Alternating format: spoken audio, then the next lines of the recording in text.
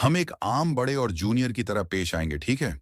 मैंने चलते चलते गाड़ी में अपना सिर घुमाकर उसकी तरफ देखा और एक शरारती मुस्कान के साथ पूछा, आंटी क्या आपको सच में लगता है कि अब ऐसा कर पाना हमारे लिए मुमकिन है? हमारे बीच उस रात जो कुछ भी हो चुका है, उसके बाद आप मुझसे यह उम्मीद कैसे कर सकती हैं कि मैं आपके साथ एक आम आंटी की तरह बर्ताव करूं? मैं जब भी आपको देखता हूं, मुझे होटल की वो होश उड़ाने वाली रात याद आ जाती है, जब आप मुझे अपनी बाहों में कसकर पकड़े हुए थीं। मैं चाहकर भी सब कुछ भूल नहीं सकता। ये सुनते ही क्याओ लिमन का चेहरा शर्म और गुस्से से एकदम लाल हो गया। उसने गाड़ी में बैठे बैठे ही हाथ बढ़ाकर मुझे एक हल्का सा थप्पड़ मारने की कोशिश की और छिड़कर बोली, ओए लड़के, तुम अभी गाड़ी चला रहे हो तो चुपचाप सड़क पर ध्यान दो और ये बकवास बातें करना बंद करो। मैं जोर से हंसा और बात को टालते हुए कहा, अरे मैं कोई बकवास नहीं कर रहा हूं आंटी, बल्कि बिल्कुल सच कह रहा हूं। वैसे मैं आपसे एक बात पूछना चाहता हूं कि उस रात बार में आप इतनी ज्यादा नशे में क्यों थीं और आप खुद अकेले मेरे पास आकर मुझसे इतनी रोमांटिक बातें क्यों करने लगी थीं? आपके जैसी इतनी बड़ी बिजनेसवुमन भला बार में किसी अनजान लड़के से ऐसे ही बातें तो नहीं करेगी ना? इसके पीछे कोई ना कोई बड़ी वजह जरूर थी। जैसे ही मैंने यह सवाल पूछा क्या लिमन का चेहरा अचानक एकदम उदास और काला पड़ गया।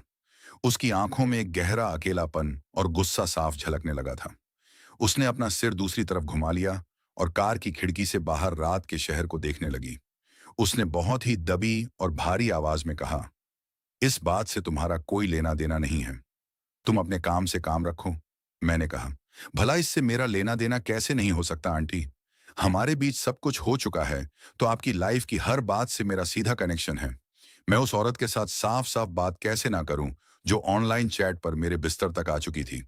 क्याओ लिमन कार की सीट पर बहुत देर तक बिल्कुल खामोश बैठी रही। आखिरकार उसने एक गहरी ठंडी सांस ली और मुझे अपने अतीत का वो कड़वा सच बताया जो उसने आज तक छुपा कर रखा था।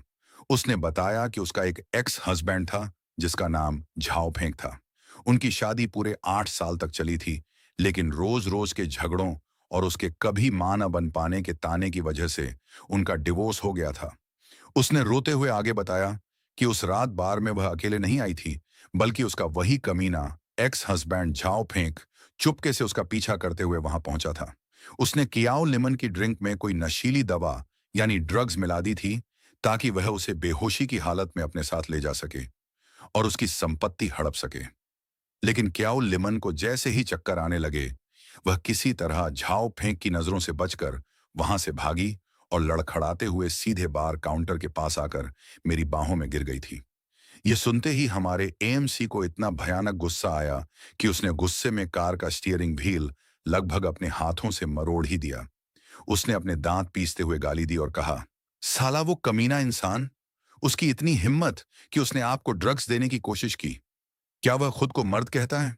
क्याओ लिमन ने उसका यह खौफनाक और गुस्से से भरा चेहरा देखा तो उसकी आंखों में एक पल के लिए हैरानी चमकी। फिर उसने एक कड़वी मुस्कान के साथ कहा, अरे छोड़ो, अब यह सब बहुत पुरानी बात हो चुकी है और शुक्र है कि उस रात कुछ सीरियस नहीं हुआ। ने तुरंत गाड़ी रोकते हुए उसे सीरियसली देखा और कहा, कुछ कैसे नहीं हुआ आंटी?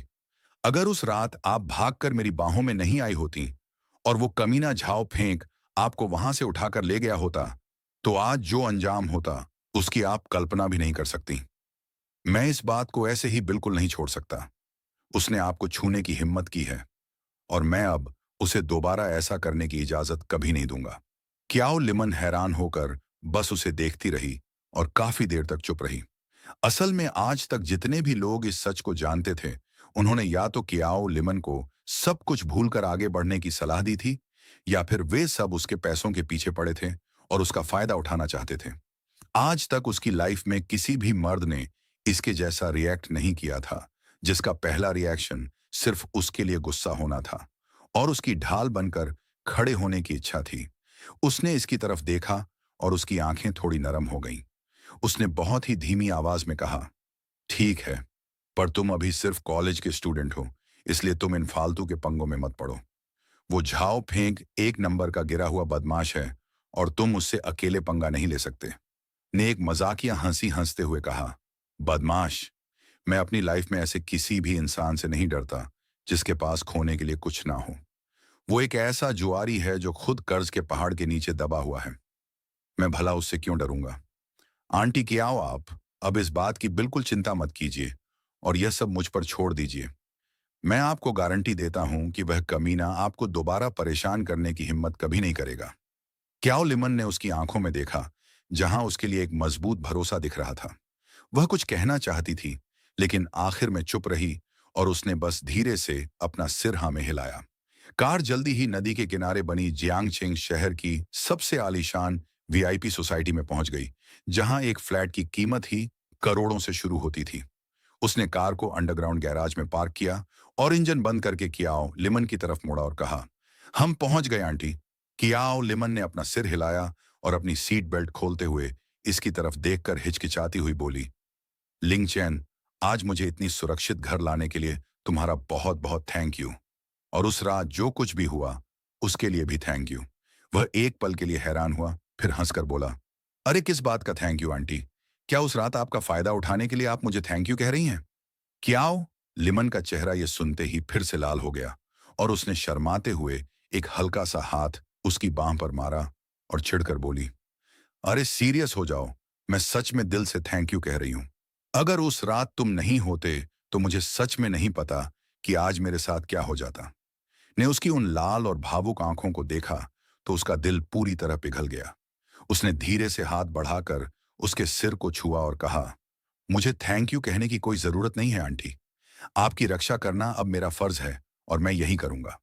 कियाओ लिमन का पूरा शरीर इसका हाथ छूते ही वहीं अकड़ गया।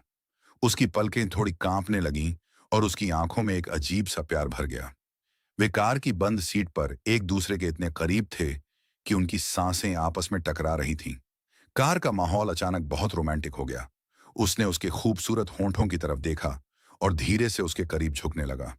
जैसे ही इसके होंठ उसके होंठों को छूने ही वाले थे, उसने अचानक अपना सिर दूसरी तरफ घुमा लिया और उसे पीछे धकेलते हुए घबराकर बोली, नहीं लिंगचैन, हम ऐसा बिल्कुल नहीं कर सकते। मैं तुम्हारी सगी माँ की सबसे पक्की दोस्त हूं और तुम्हें मुझे सिर्फ आंटी ही कहना चाहिए। उसकी इस कदर घबराहट देखकर उसने उस पर और ज्यादा दबाव नहीं बनाया। वह बस मुस्कुराया और सीधे शब्दों में कहा, ठीक है, मैं आपको जबरदस्ती मजबूर नहीं करूंगा। लेकिन कियाओ लिमन, आप एक बात जान लीजिए कि मैं आपको पसंद करता हूं और मेरा यह फैसला जिंदगी में कभी नहीं बदलेगा। कियाओ लिमन उसे देखती रही और उसके पास कहने के लिए कोई शब्द नहीं बचे थे। वह तुरंत कार का दरवाजा खोलकर बाहर निकली और भागते हुए सीधे लिफ्ट की तरफ चली गई और बिना पीछे मुड़े लिफ्ट के अंदर घुस गई। वह कार में अकेले बैठकर लिफ्ट के नंबर्स को ऊपर बढ़ता हुआ देख रहा था और उसके होंठों पर एक बड़ी मुस्कान आ गई। उसने मन ही मन कहा, बहुत दिलचस्प है, ये गेम तो अब और मजेदार होने वाला है। उस दिन के बाद से एमसी की पूरी जिंदगी का एक ही लक्ष्य बन चुका था। वह बिना किसी लक्ष्य के कॉलेज में फालतू घूमना भूल चुका था। अब उसकी लाइफ का एक ही निशाना था और वह हर दूसरे दिन आंटी कियाओ की कंपनी के ऑफिस पहुंच जाता था। कियाओ लिमन की कंपनी का ऑफिस शहर की एक बड़ी बिल्डिंग के पूरे फ्लोर पर फैला हुआ था, जिसे बहुत ही आलीशान और मॉडर्न स्टाइल में सजाया गया था। जब वह पहली बार वहां गया तो रिसेप्शन पर बैठी लड़की ने उसे रोक लिया और पूछा, हेलो सर, आप यहाँ किससे मिलना चाहते हैं? ने स्टाइल से मुस्कुराकर कहा, मैं अपनी आंटी कियाओ लिमन से मिलने आया हूँ। मैं उनका छोटा भाई हूँ। रिसेप्शनिस्ट यह सुनकर हैरान रह गई, क्योंकि उसने बॉस के किसी छोटे भाई के बारे में नहीं सुना था। उसने तुरंत कियाओ लिमन की सेक्रेटरी को फोन लगाया। 2 मिनट के अंदर ही सेक्रेटरी भागती हुई नीचे आई और उसे इज्जत के साथ ऊपर केबिन की तरफ ले जाने लगी। वह पूरे रास्ते चुपके से इसे ही घूर रही थी। जब यह कियाओ लिमन के केबिन के अंदर गया तो वह उस समय एक बहुत बड़ी वीडियो कॉन्फ्रेंस मीटिंग में बिजी थी। उसने जैसे ही इसे अचानक केबिन के अंदर आते देखा, वह अपनी जगह पर पूरी तरह जम गई और उसके हाथ से उसका कीमती पेन सीधे टेबल पर गिर गया। उसने तुरंत कंप्यूटर के माइक को म्यूट किया और मीटिंग के लोगों से कहा, प्लीज 1 मिनट रुकिए। फिर उसने गुस्से में अपने दांत पीसते हुए इसकी तरफ देखा और धीमी आवाज में बोली, लिन चेन, तुम्हारी हिम्मत कैसे हुई? तुम यहां ऑफिस में क्या कर रहे हो? वह मुस्कुराया और सीधे उसकी डेस्क के पास जाकर अपने हाथ का थर्मस टेबल पर रखते हुए बोला, अरे आंटी, गुस्सा क्यों हो रही हैं? मेरी मम्मी ने आपके लिए यह खास तौर पर भेजा है। उन्होंने घर पर आपके लिए गरम सूप बनाया था और कहा था कि आप आजकल काम के चक्कर में अपनी डाइट भूल जाती हैं, इसलिए आपको यह पूरा पीना होगा। और वैसे भी मैं यह भी चेक करने आया था कि उस कमीने झाओ फेंक ने आपको दोबारा परेशान करने की हिम्मत तो नहीं की। कियाओ लिमन ने गुस्से और बेबसी से उसकी तरफ देखा और कहा, मैं अभी एक बहुत जरूरी मीटिंग में हूं, तुम चुपचाप बाहर जाकर इंतजार करो। ने आराम से सिर हिलाया और बिना कोई तमाशा खड़े किए केबिन के सोफे पर जाकर बैठ गया और उसकी मीटिंग खत्म होने का वेट करने लगा। वह मीटिंग पूरे आधे घंटे तक चलती रही। जब मीटिंग खत्म हुई तो ऑफिस के कुछ कर्मचारी फाइल्स साइन करवाने के लिए अंदर आए। वे सोफे पर एक जवान लड़के को इतने आराम से बैठे देखकर छुपके से अजीब नजरों से इसे घूरने लगे। जब वे फाइल्स लेकर बाहर गए तो दरवाजे पर खड़े होकर आपस में फुसफुसाने लगे।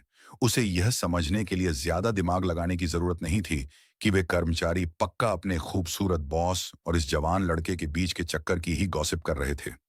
जब सब लोग बाहर चले गए तो क्याओ लिमन गुस्से में इसके पास आई और अपने दोनों हाथ अपनी कमर पर रखकर बोली, लिंगचेन, तुम आखिर चाहते क्या हो? तुम रोज रोज मेरी कंपनी के ऑफिस चले आते हो, जिससे पूरे ऑफिस के लोग मेरे बारे में तरह तरह की बातें बनाने लगे हैं। ने मुस्कुराकर थर्मस खोला और गर्मा गर्म सूप एक कटोरी में निकालकर उसे देते हुए कहा, अरे लोगों का काम तो कहना है, उन्हें जो बोलना है बोलने दीजिए। मैं तो यहाँ सिर्फ अपनी आंटी के लिए सूप लाने आता हूँ, कोई गलत काम करने थोड़ी आया हूँ।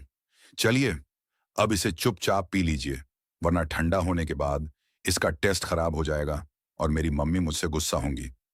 क्या आओ? लिमन ने उस सूप की तरफ देखा और थोड़ी देर हिचकिचाने के बाद आखिरकार उसने कटोरी उठाई और धीरे धीरे सूप पीने लगी। सूप पीते समय वह बहुत ही मासूम और नाजुक लग रही थी और उसकी लंबी पलकें नीचे झुकी हुई थीं, जो उसके दिल